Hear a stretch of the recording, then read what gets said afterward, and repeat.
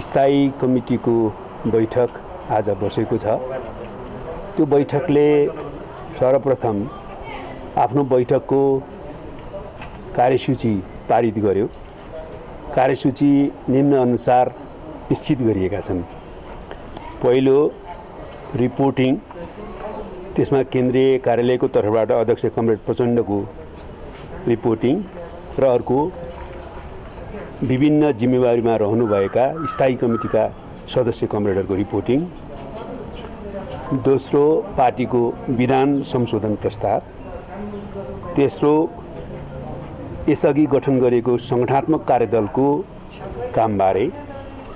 तेस्रो आगामी केन्द्रीय समितिको बैठकबारे। पाँचौँ वर्तमान सरकारको विरुद्ध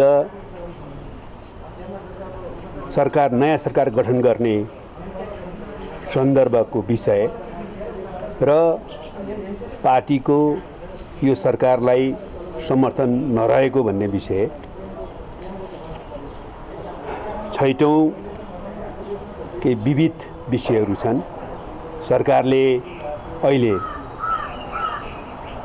जसरी संसदको चालु अधिवेशन अन्त्य गर्यो त्यो बारेमा, त्यस्तै देशमा अहिले जो कोभिड-19 को दोस्रो लहर देखा पर्दैछ त्यसबारे र तेस्रो विभिन्न पार्टीसँग भइरहेको राजनीतिक वार्ता र पहलकदमीका बारेमा।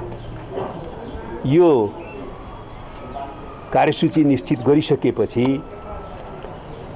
आज सबभन्दा पहिले तीनवटा निर्णयहरू लिएको छ। पहिलो, वर्तमान केपी ओली नेतृत्वको सरकारले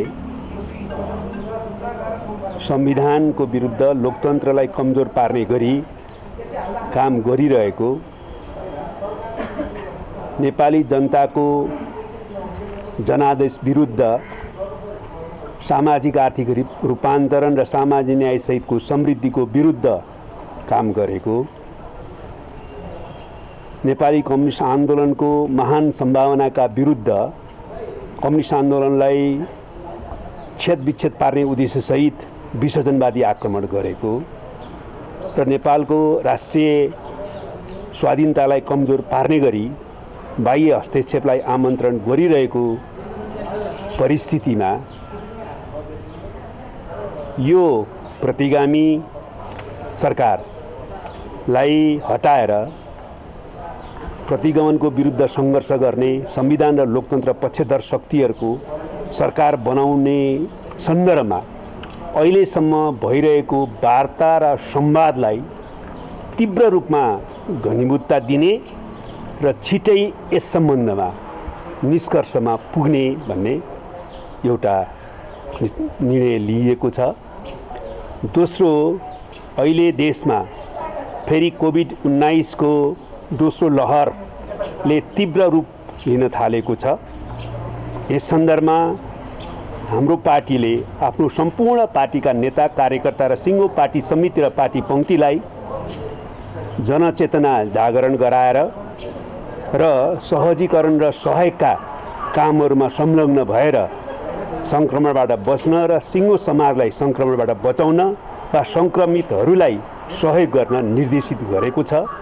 र यस सन्दर्भमा सरकारले आफैले गरेका निर्णयहरूको विरुद्ध आचरण गरेकोमा सरकार कोभिड-19 सङ्क्रमणको नियन्त्रण र व्यवस्थापनप्रति गम्भीर नभएको कुराका निम्ति हामीले दुःख पनि प्रकट गरेका छौँ र आफैले घोषणा गरेका सम्पूर्ण आचरणहरूलाई लागू गर्न सरकारलाई हामीले आह्वान पनि गरेका छौँ। यो सरकारलाई दिएको समर्थन तपाईँ कति छिटो फर्किनु भयो? पढ्नु न। तपाईँ कुन मिडियाको? हजुर, कान्तिपुर टिभी। कान्तिपुर टिभी अलिक नजिक छ, त्यस कारणले हतार भयो। तेस्रो कुरा, यो अधिवेशनको अन्त्यको सन्दर्भमा जसरी सरकारले हठात अस्वाभाविक ढङ्गले निर्धारित बैठकको मिति र समय निश्चित भएकै अवस्थामा र आजको अवस्थामा संसदको अधिवेशनलाई प्रभावकारी र उपलब्धमूलक बनाउनु पर्ने परिस्थितिमा संसद अधिवेशन हठात अन्त्य गर्ने काम गर्यो। त्यो अलोकतान्त्रिक निरङ्कुश स्वेच्छाचारी कदमको अभिव्यक्ति हो र त्यो कदमलाई भर्त्सना पनि पार्टीले गरेको छ। यसबाहेक आज मैले कार्यसूची अन्तर्गत अघि यहाँ राखेका सबै विषयहरूमा स्थायी कमिटीको बैठकले भोलि पुनः छलफल गर्नेछ। त्यसका सन्दर्भमा विधान संशोधन कार्यदल एक अगाडि बनाइएको थियो। विधान संशोधन कार्यदलले संशोधनका बुँदाहरू स्थायी कमिटीको बैठक समक्ष प्रस्तुत गरेको छ र त्यसबारेमा पनि भोलि छलफल हुनेछ र अरू सबै विषय अघि हाम्रो एकजना मित्रले उठाउनु भएको र तपाईँहरू सबैको आउँदाखेरि एउटै प्रश्न लिएर आउनुभयो होला होइन, त्यो धेरै भयो त्यो प्रश्न लिएर आउनुभयो र मैले सधैँ उत्तर पनि त्यही दिने गरेको छु सधैँ। त्यो उत्तरी चाहिँ फाइनली कागजमा नआउँदछ त्यही हुन्छ आज पनि त्यही हो है। त्यसैले गर्दा त्यो बारेमा पनि हाम्रो एजेन्डा छ। हामीले यो सबै एजेन्डाका बारेमा भोलि 1 बजे हुने स्थायी कमिटीको बैठकमा छलफल गर्छौँ। हस्, समर्थन यथावत अहिले समर्थन यथावत छ के राख्नुभयो होइन अध्यक्षज्यूले अघि मैले भनेकै सेरोफेरोमा कि नेपाल अहिले अत्यन्तै गम्भीर मोडमा छ। हामीले लामो समय बलिदानीपूर्ण सङ्घर्ष गरेर प्राप्त गरेको राजनीतिक अधिकारहरू, राजनीतिक उपलब्धिहरू, संविधान, सङ्घीय लोकतान्त्रिक गणतन्त्र सङ्कटमा पर्ने खतरा देखा पर्न खोज्दैछ। त्यसकारण हाम्रो पहिलो कार्यभार यो राजनीतिक उपलब्धिलाई रक्षा गर्ने, संविधान र लोकतन्त्रको रक्षा गर्ने हो। त्यसको निम्ति हामीले पहिलो कार्यभार बनाएर काम गर्नुपर्छ। र दोस्रो कुरा, नेपालमा फेरि हामीले राष्ट्रिय स्वाधीनताको रक्षाको निम्ति पनि त्यतिकै गम्भीरतापूर्वक अगाडि बढ्नुपर्छ। त्यसको निम्ति मुख्य दोषी देशभित्रैको सत्ताधारीहरू हुन् जसले आफ्नो निज स्वार्थका निम्ति राष्ट्रिय स्वाधीनताको पक्षलाई सौदाबाजी वा त्यस्तै प्रकारको खेलको रूपमा प्रयोग गरिराखेका छन्। त्यसकारणले हामीले राष्ट्रिय स्वाधीनताको रक्षाको निम्ति पनि गम्भीर हुनुपर्ने, सम्पूर्ण देशभक्त शक्तिहरू एकताबद्ध हुनुपर्ने आवश्यकता उहाँले उनाउनु भएको छ। यो सबै प्रक्रियामा निमित्त नायक चाहिँ केपी ओलीको सरकार भएको छ। त्यसैले यो सरकारलाई अपदस्थ गर्नु वा अर्को सरकार बनाउनु खालि सरकार फेर्नु मात्रै होइन, राष्ट्रिय स्वाधीनताको प्रश्न, लोकतन्त्रको प्रश्नमा आफ्नो सकारात्मक भूमिका खेल्नु र राष्ट्रियता र लोकतन्त्रको रक्षा गर्नुपर्ने हो भनेर उहाँले बैठकमा राख्नुभयो। त्यो बारेमा छलफल भएन। भनिएको समर्थनको बारे औपचारिक रूपमा हामीले केही लेखेर दिएको छैनौँ। भनिएको हो मैले भनेको भाषा तपाईँले राम्रोसँग बुझ्नु भयो। अनि के भोलि निर्णय हुन्छ यो विषयमा भन्ने कुरा भोलि नै थाहा हुन्छ। केन्द्रीय कमिटी चाँडै बस्छ कि के हुन्छ अब? केन्द्रीय कमिटी छिटै बस्छ कि केन्द्रीय कमिटीले मात्रै निर्णय गर्ने त होइन, स्थायी समितिले गर्ने होइन, त्यस्तो नगर्ला। त्यो त यो सामान्य कुरा हो। यो सामान्य कुरा भने केन्द्रीय कमिटीको बैठकसँग हामी पुग्नुपर्छ भन्ने ठान्दैनौँ। सामान्य नै जटिल भइसक्यो यहाँ। जटिल हुँदैन, केही जटिल हुँदैन। यो जटिल चाहिँ यसले बनायो के। यो सरकारलाई हाम्रो समर्थन छैन। खालि यो सरकारलाई अगाडि मतलब हामीले कसरी अहिले औपचारिक रूपमा समर्थन नरहेको कुरा लेखेर दिने भन्ने मात्रै बाँकी छ। त्यसकारण तपाईँहरूलाई कुनै भ्रम छैन कि नरहोस्। आम जनतासम्म पनि हामीले बारम्बार भनेका छौँ, प्रश्न भन्न चाहन्छौँ, यो सरकारलाई विस्थापित गरेर वैधानिक रूपले अर्को सरकार बनाउने प्रक्रियाको पहल कदमी र नेतृत्व गरिरहेको हाम्रो पार्टीले यो सरकारको समर्थनलाई कुनै पनि कोणबाट अगाडि बढाउन सक्दैन। तर हामी देशमा म फेरि तपाईँहरूलाई जोड दिएर भन्न चाहन्छु, राजनीतिक अन्योलको स्थिति सिर्जना नहोस्।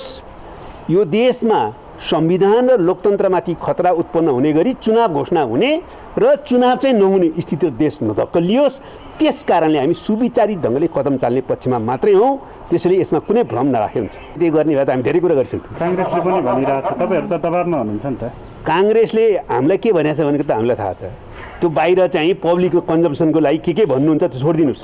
काङ्ग्रेसले जसपाले र अरू सबै साथीहरू जो संसदमा हुनुहुन्छ समझदारीकै आधारमा हामी कदम चालिरहेको छ। हामीले त तपाईँले बाहिर भनेको कुरा बुझ्ने हो, उहाँहरूले बहुमतको सरकार छ, हामी कसरी चाहिँ हस्तक्षेप गर्नु भन्नु। बहुमतको सरकार छ, त्यस कारणले हामी मिलेर अविश्वासको प्रस्ताव राख्ने हो। औपचारिक रूपमा फिर्ता नहुन्जेल त हजुरहरूले अविश्वास प्रस्ताव चाहिँ कहिले सहमत भएकै आउँछ? जनाइछन्। हामीले बाहिर सुनेकै कुरो त्यो भयो नि त, मानिराख्नु नि त, के बिग्रियो त नि।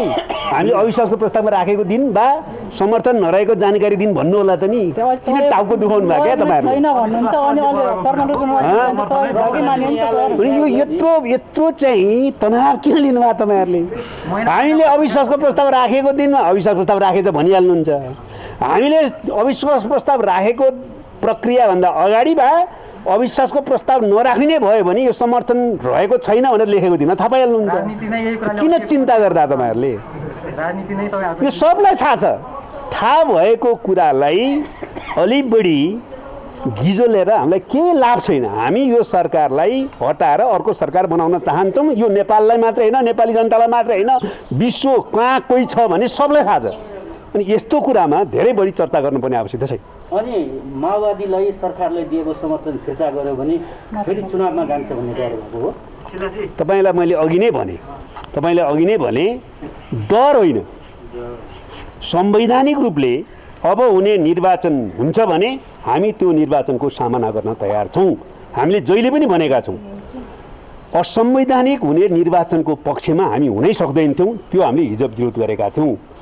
तर सकेसम्म संसद पुनर्स्थापना भइसकेपछि हामी यो पुनर्स्थापित संसद पुरा कार्यकाल चलोस्, त्यो पुरा कार्यकाल चलाएर लोकतान्त्रिक अभ्यासलाई अगाडि बढाउने त्यस्तो सरकार बनोस् भन्ने चाहन्छौँ। पहिलो हाम्रो प्राथमिकता त्यो भएन र यो संसद पुनः विघटन भएर चुनावमा जाने स्थिति भयो भने वैधानिक रूपले हुने चुनावको पक्षमा हामी हुन्छौँ। तर खतरा के छ भने चुनावको घोषणा हुने, चुनाव नगर्ने हो कि भन्ने खतरा छ। त्यो दिशातिर देशलाई धकेल्न हामी चाहँदैनौँ। मित्रहरू, मैले गम्भीरतापूर्वक तपाईँहरूलाई भनेको छु, ठट्टाको रूपमा नलिनु होला। प्रवक्ताज्यू, अनि चुनाव पनि असंवैधानिक हुन्छ त? हुँदैन। चुनाव कस्तो हुन्छ? ज्ञानेन्द्रले चुनाव गरेको थिएन, घोषणा गरेको थिएन। पहरेदार तपाईँहरू हुनुहुन्छ नि त। ज्ञानेन्द्रले पनि चुनाव घोषणा गरेको थियो। चुनाव भनेपछि एकदम राम्रो हाई भन्ने सबैले सुन्दा हुन्छ। दुईटा प्रकारको चुनाव हुन्छ, एउटा संविधान अन्तर्गतको चुनाव र लोकतन्त्रको अभ्यास अन्तर्गतको चुनाव। त्यस्तो चुनावको पक्षमा हामी हुन्छौँ। संविधानको विरुद्धको चुनाव र लोकतन्त्रलाई कमजोर पार्ने तथाकथित चुनावको पक्षमा हामी हुँदैनौँ। त्यसो भए 6 महिनामा चुनाव गऱ्यो भने त आहा चुनाव त कति राम्रो लोकतन्त्र, लोकतन्त्र भने फेरि चुनाव गर्यो, आहा राम्रो लोकतन्त्र भन्ने त